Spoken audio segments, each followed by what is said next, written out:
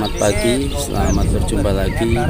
Ini saya di lahan yang siap untuk ditanam. Ini lahan yang siap ditanam, ini bibitnya yang untuk persiapan tanam nanti supaya bisa menghasilkan tanaman yang baik. Dan ini laktornya masih di tengah. Ini punya Bapak Wahid yang memang traktor-traktor yang digunakan untuk membajak lahan di daerah-daerah Kalimantan khususnya, dan juga sekalian memang penggarap sawah di daerah sini. Cuman di sini memang rata-rata mengandalkan air tada hujan, karena irigasinya memang nggak seperti di daerah Kabupaten Lor atau di daerah Kedung Reja yang memang irigasinya teratur.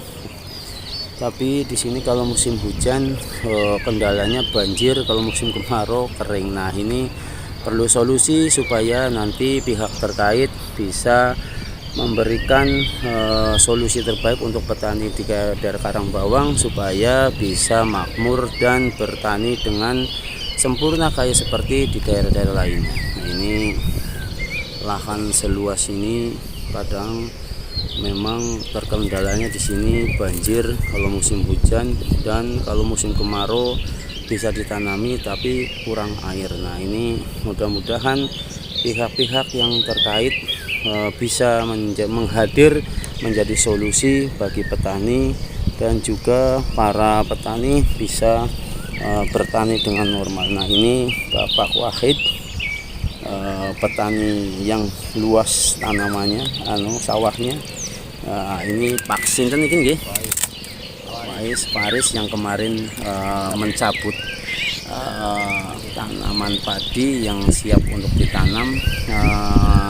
Pak Wahid, sedikit pemaparannya, petani itu biayanya dari pemupukan pertama sampai panen biasanya per 100.000 memerlukan berapa ratus ribu, Pak Wahid. Ini untuk edukasi, untuk pemaparan supaya petani nanti butuh solusi apa enggak, butuh perubahan apa enggak, supaya dari petani sendiri yang memaparkan, karena perlu supaya pihak yang terkait nanti bisa mendengar aspirasi petani di daerah Kawanganten atau Grumbul Karangbawang ini. Selamat pagi menjelang siang, Pak Wahid. Selamat pagi menjelang siang. Ya, gimana ini bertani di daerah Karangbawang? Kalau menurut saya sih itu kendalanya memang pupuk. Ya. Kalau 100 ubin itu biasanya kan pertama itu umur 14 hari itu 50 kilo per 100 ubin. Ya, 50 kilo Korea dicampur dengan Koska. Ya. Terus nanti umur berapa? 40 hari. 40 hari Ya. 50 juga. Sama juga. Luar biasa, 100 ubin bisa menghabiskan 100 kilo. Iya.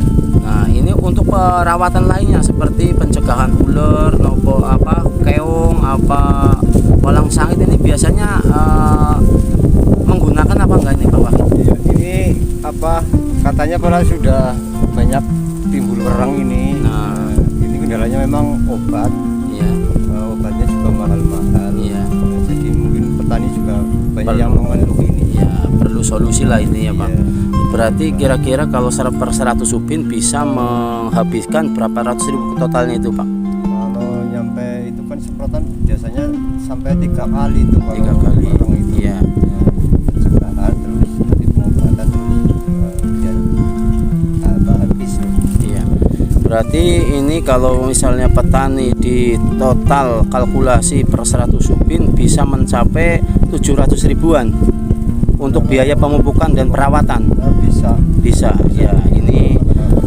Nah, ini sangat-sangat memberatkan petani, karena petani kadang-kadang memang terpaksa. Ya, kalau misalnya petani yang orang kaya bisa duitnya motong sendiri, tapi kalau yang petani-petani pas-pasan memang kadang-kadang pinjam sana pinjam sini supaya bisa bercocok tanam, tapi kadang-kadang hasilnya nggak sesuai. Nah, supaya umpamanya nanti ada solusi nih Pak Wahid, kayak masyarakat petani sini kira-kira mau apa enggak. Ini saya sebetulnya kesini misinya mendokumentasi, mendengar pemaparan para petani dan juga memberikan solusi Pak Wahid. Nah ini mudah-mudahan nanti petani-petani yang mau berubah dari kimia ke organik bisa kita kawal sampai panen dan ada garansi dan juga bertanggung jawab atas pupuk itu Pak.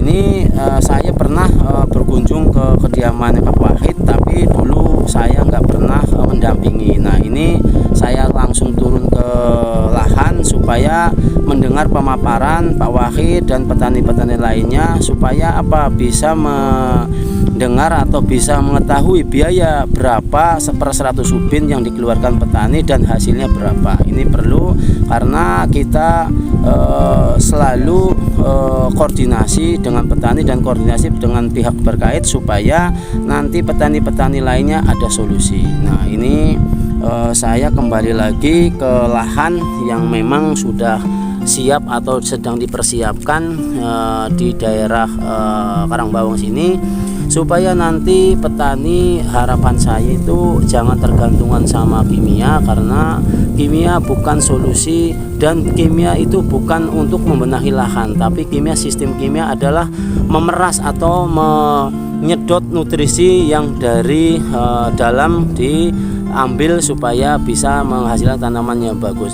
Kalau misalnya 5 tahun 10 tahun tidak dibenahi lahannya, ini sangat-sangat kronis karena nanti tanaman-tanaman yang ditanam bisa merah atau bahasa Cilacapian ndep-ndepen. Nah ini bahaya karena biasanya kalau udah merah dipupuk justru malah mati. Nah ini nanti merugikan petani itu sendiri dan juga harus ada edukasi supaya petani paham, karena lahan yang selama ini bagi petani merasa dipupuk sebetulnya benar, tapi sistem kimia adalah memeras atau menyedot nutrisi yang di lahan.